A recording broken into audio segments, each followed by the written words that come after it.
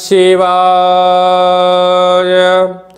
ఓం నమో నారాయణాయ. కర్మ నివారణ, నరదృష్టి నివారణ, సంచిత ప్రారబ్ధ ఆగమిక కర్మ నివారణ, తులాభార కాల భైరవాయ నమో నమః. ఓం దిగంబరాయ విద్మహే గజవాహనాయ ధీమహి తన్నో కపాలకాల భైరవ ప్రచోదయాత్. ఓం ఇంద్రాణీ శక్తి దేవ్యై నమోస్తుతే. హరి ఓం.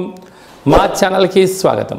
చూస్తున్న వీక్షకులకు, ప్రేక్షకులకు, ప్రియ కాళ భైరవ భగవద్బంధులకి స్వాగతం పలుకుతూ, మమ్మల్ని ఎంతగానో ఆదరిస్తూ ఉండబడినటువంటి ప్రియ సోదర సోదరీమణులకు అందరిపైనను, సనాతన ధర్మ సంరక్షకులకు, జ్యోతిష్య అభిమానులకు అందరికీ కూడా స్వాగతం పలుకుతూ, ఆదివారం అమావాస్య పుష్యమి నక్షత్ర సందర్భంగా అందరికీ నిండు నూరేళ్ల ఆయురారోగ్యాలను ప్రసాదించాలని శ్రీ కాళీ సమేత కాళభైరవ స్వామిని వేడుకుందాం. అందులో ఈసారి ఆదివారం అమావాస్య పుష్యమి నక్షత్ర సందర్భంగా రవి పుష్యార్క యోగం అందరికీ కలగాలని, అందరికీ మనతో రాబోయేటువంటి భవిష్యత్తులో ఉండబడినటువంటి 7 తరాల వారికి అద్భుత ధన రాజకీయ యోగ సకల ఐశ్వర్యం ఆనందాన్ని ఆ బుధాదిత్య రాజయోగ కారణము, రవిపుషార్క యోగ కారణము, ఆదివారం అమావాస్య కారణం చేత అందరికీ ప్రసాదించాలని కోరుకుందాం. 1/8/2024 నుండి 15/8/2024 వరకు పుట్టినటువంటి వారందరికీ కూడా ముందస్తుగా జన్మదిన శుభాకాంక్షలు. గతంలో వివాహం చేసుకున్న వారికి వివాహ వార్షికోత్సవ శుభాకాంక్షలు. ద్వాదశ రాశుల్లో గ్రహ గమనాన్ని ఒకసారి వీక్షింపచేద్దాం. వృషభ రాశిలో కుజుడు మరియు దేవగురు బృహస్పతి సంచార స్థితి, కర్కాటక రాశిలో రవి సంచార స్థితి, సింహరాశిలో బుధ శుక్ర సంచార స్థితి, కన్యరాశిలో కేతు భగవానుడు సంచార స్థితి, కుంభరాశిలో శని భగవానుడు వక్రగమన సంచార స్థితి, మీనరాశిలో రాహు సంచార స్థితితో ద్వాదశ రాశుల్లో గ్రహ గమనాలు ఈ విధంగా ఉన్నాయి. సింహరాశి వారికి ఈ ఆదివారం అమావాస్య, కాళ అమావాస్య, కాళాష్టమి రోజున ఎలాంటి విధులను పాటించాలి? వ్యయంలో రవి, సప్తమంలో శని భగవానుడు, అష్టమంలో రాహు సంచార స్థితి దోషంగా ఉన్నప్పుడు ఈ కాళామావాస్య రోజున మనం ఎలాంటి విధులను పాటించాలో ఈ వీడియోలో సవివరంగా సంపూర్ణంగా తెలుసుకుందాం. సింహరాశిలో ఏ నక్షత్రాలు వస్తాయి అనగా మఖా నక్షత్రంలోని 4 పాదాలు, పుబ్బా నక్షత్రం 4 పాదాలు, ఉత్తరా నక్షత్రంలోని 1 పాదం కలిపితే సింహరాశి అవడం జరుగుతుంది. చాలామందికి డేటా బర్త్లో లేనటువంటి కారణం వలన పేరు యొక్క మొదటి అక్షరాన్ని అనుసరిస్తూ రాశిని తెలుసుకునే ప్రయత్నం చేద్దాం. మా, మీ, మో, మే, మో, టా, టీ, టు, టే అక్షరాల వారందరూ కూడా సింహరాశి జాతకులే. సింహరాశి యొక్క అధిపతి రవి.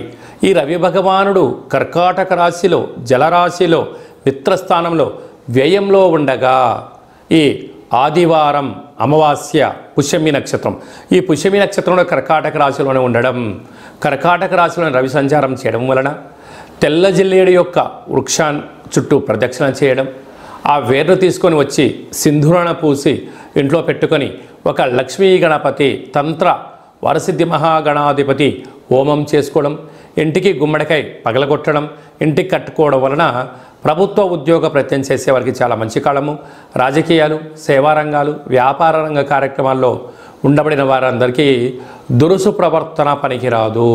సత్ప్రవర్తన, ఓపిక, పట్టుదల, సహనం, ఎదుటి వ్యక్తులు ఏదన్నా చెప్తూ ఉంటే వినే ప్రయత్నం చేయాలి.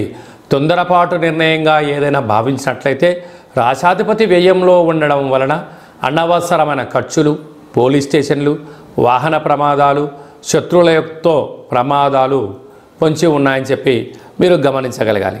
అలాగనే రాశిలోనే బుధ శుక్ర సంచార స్థితి ఉండడం వలన విందులని, వినోదాలని, విదేశాలని, నూతన వస్త్రాలు, బంగారు ఆభరణాలు, వాహనాలు, క్రయ విక్రయాలు చేయాలని కోరుకుంటూ ఉంటారు. అది మంచిదే. కానీ మన దగ్గర ఎంత ధనం ఉంది, ఎన్ని అవసరాలు ఉన్నాయి, దాన్ని బట్టు ఖర్చు పెట్టగలిగినట్లయితే మీరు అదృష్టవంతులు. ఆర్భాటాలకు వెళ్ళారా, గొప్పలకు వెళ్ళారా, మీరు అప్పుల పాలు అయ్యే పరిస్థితి అధికంగా ఉంటుంది. తస్మాత్ జాగ్రత్త. అలాగా ధనస్థానంలో కేతు ఉండడం వలన ప్రతి విషయాన్ని కూడా క్షుణ్ణంగా ఆలోచించాలి.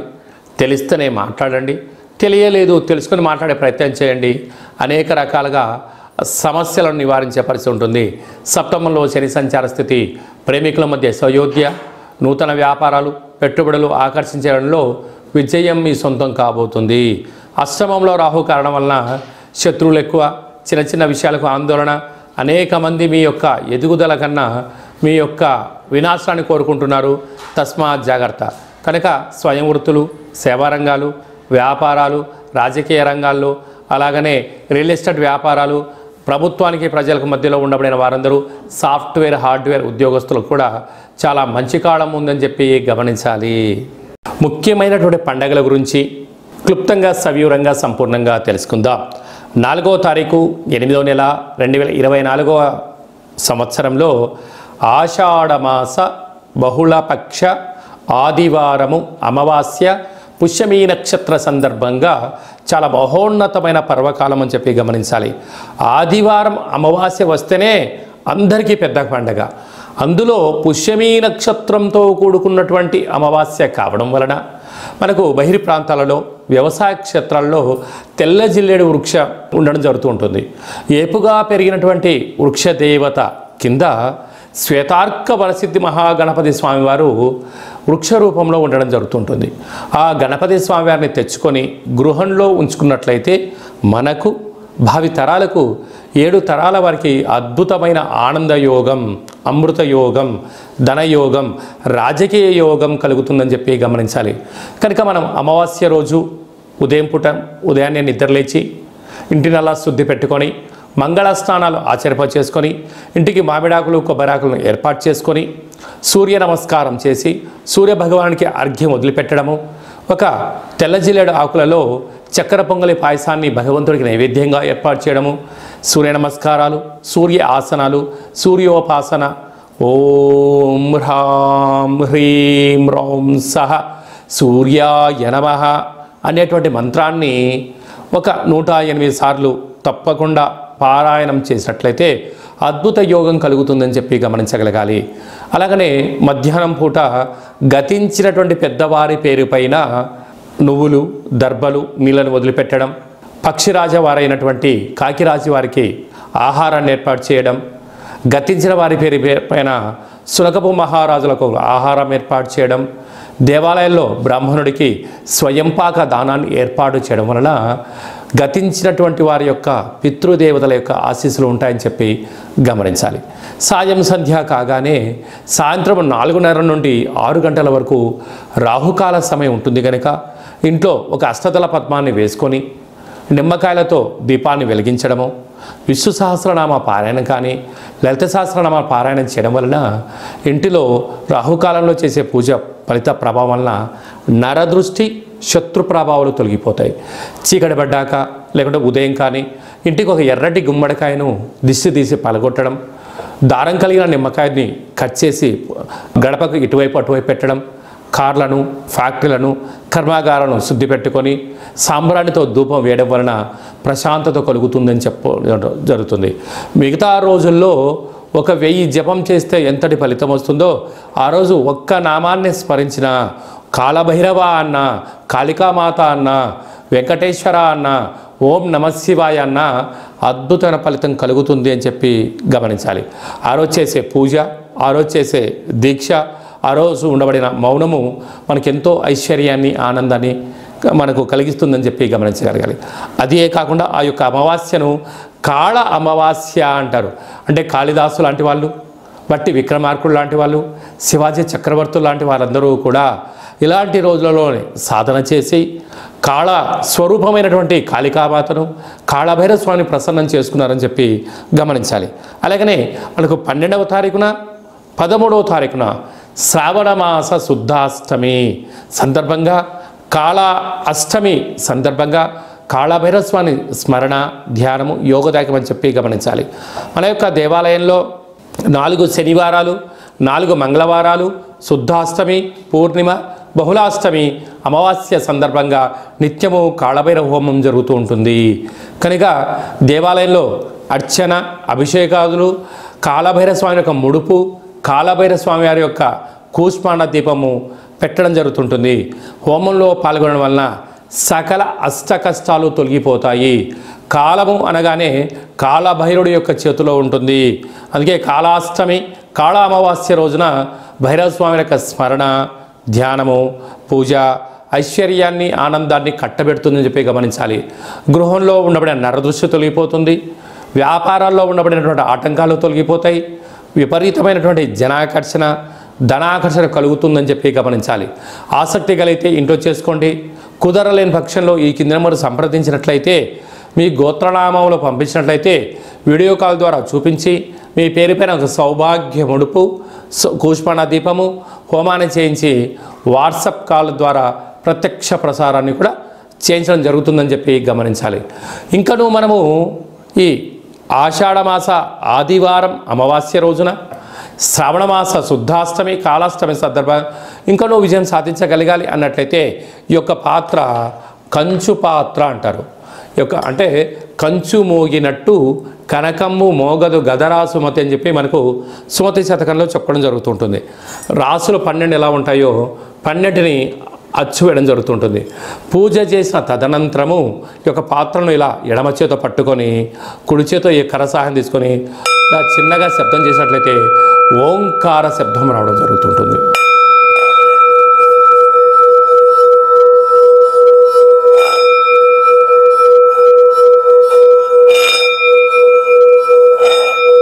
ఈ ఒక ఓంకార శబ్దం ధ్వని వలన మానవుని యొక్క శరీరంలో చక్రాలు వికసింపచేయడం, ఇంట్లో ఉండబడినటువంటి దరిద్ర దేవత బయటికి వెళ్ళడం, గ్రామంలో సంచరించేటువంటి మహాలక్ష్మి దేవత గళ్ళు గళ్ళు అంటూ మన ఇంటికి రావడం, మన ఇంట్లో అమ్మవారు కూర్చోవడం వలన సకల ఐశ్వర్యానికి, సకల ఆనందానికి అపార కుబేర సంపన్నులు అవుతారని చెప్పి గమనించాలి.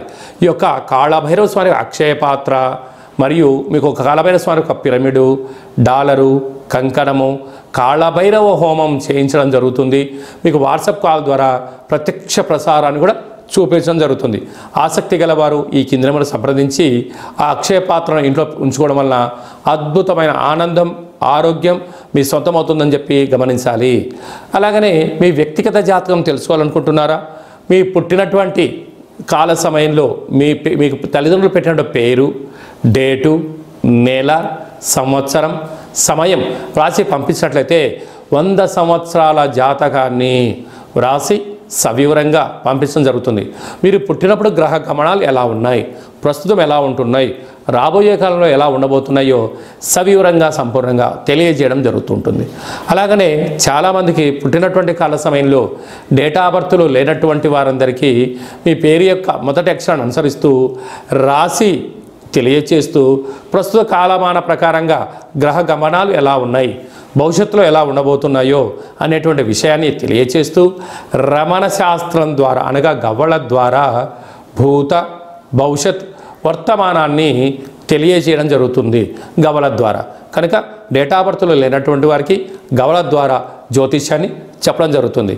కనుక మన వ్యక్తిగత జాతకాన్ని తెలుసుకుందాం, గ్రహాలలో ఉండబడిన దోషాలను తెలుసుకుందాం, తినేటువంటి ఆహారాల్లో, వేసుకునే వస్త్రాల్లో, చేసే పనుల్లో స్వల్పమైన మార్పులు చేసుకుందాం. అద్భుతమైన, ఆనందకరమైన, ఆరోగ్యకరమైన, కుబేర సంపన్నమైన జీవితానికి స్వాగతం పలుకుతాం. కనుక ఆసక్తి గలవారు ఈ కింద మనం సంప్రదించి అపాయింట్మెంట్ తీసుకొని సంప్రదించగలరు. అలాగనే మీ అబ్బాయికి కానీ అమ్మాయికి కానీ ఎంత ప్రయత్నం చేసినా వివాహం అవ్వడం లేదా? ఎందుకు వివాహం అవ్వడం లేదు? జాతకంలో ఎలాంటి దోషాలు ఉన్నాయి, వివాహం ఎప్పుడవుతుంది, ఎలాంటి అబ్బాయితో అమ్మాయితో కలపడం వలన వీరి యొక్క గణగుణాలు బాగుంటాయో తెలుసుకోవడం జరుగుతుంటుంది.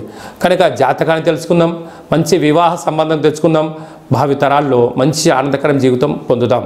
కనుక వచ్చేటువంటి జాతకాన్ని వధూవరుల యొక్క పాదాలు, గుణాలు, సంతాన యోగము, అలాగనే విదేశీయాన యోగము, ఎలాంటి యోగాలు ఉన్నాయో కూడా తెలుసుకుందాం.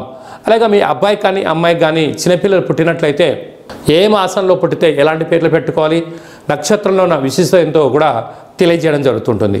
ఈ యొక్క మాసంలో పుట్టినట్టు రోజు వారందరికీ కూడా, అలాగే వివాహ వార్షికోత్సవం చేసుకుంటున్న వారందరికీ కూడా మన యొక్క దేవాలయంలో ప్రత్యేకంగా కాళభైరవ హోమం చేయించడం జరుగుతుంటుంది. అలాగనే ప్రసాదం కూడా పంపించడం జరుగుతుంది. మనమందరము కూడా కలియుగ కాలంలో కాళభైరవ స్వామికి స్మరణ చేద్దాం, కష్టాలకు స్వస్తి పలుకుదాం, ఐశ్వర్యానికి స్వాగతం పలుకుతాం. అందరికీ ఆదివారం అమావాస్య పుష్యమీ నక్షత్ర సందర్భంగా ఆశీస్సులు కోరుకుంటూ ఆశీర్వచనం. ఓం కాళకాలాయ విద్మహే కాళాతీతాయ ధీమహి తన్నో కాళభైరవ ప్రచోదయాత్. శతమానం భవతి శతాయు పురుష సతేంద్రియ ఆయుష్యేవేంద్రియే ప్రతిష్టతి. ధనం ధాన్యం బహుపుత్రలాభం శత సంవత్సరం దీర్ఘమాయు. సర్వే జనా సుఖినో భవంతు. లోకా సమస్తా సుఖినో భవంతు. సర్వం కాళభైరవ దేవతార్పణమస్తు. ఈ వీడియో మీకు నచ్చినట్లయితే లైక్ చేయండి, షేర్ చేయండి, మా ఛానల్ని సబ్స్క్రైబ్ చేసుకోండి. అందరికన్నా ముందుగా మీ యొక్క వ్యక్తిగత జాతకం తెలుసుకోవాలనుకుంటున్నారా? అందరికన్నా అదృష్టాన్ని ఐశ్వర్యాన్ని తెచ్చేటువంటి విషయాలు తెలుసుకోవాలనుకుంటున్నారా అన్నట్లయితే గంట సింబల్ ప్రెస్ చేయండి. ఆల్ అనే బటన్ తెలియచేసి మీరు ఎవరి క్షేమాన్ని కోరుకుంటున్నారో, మీ క్షేమాన్ని ఎవరైతే కోరుకుంటున్నారో ఈ ఆధ్యాత్మికమైన సమాచారాన్ని చేరవేసి భగవంతుడి యొక్క ఆశీస్సులు పొందగలరు.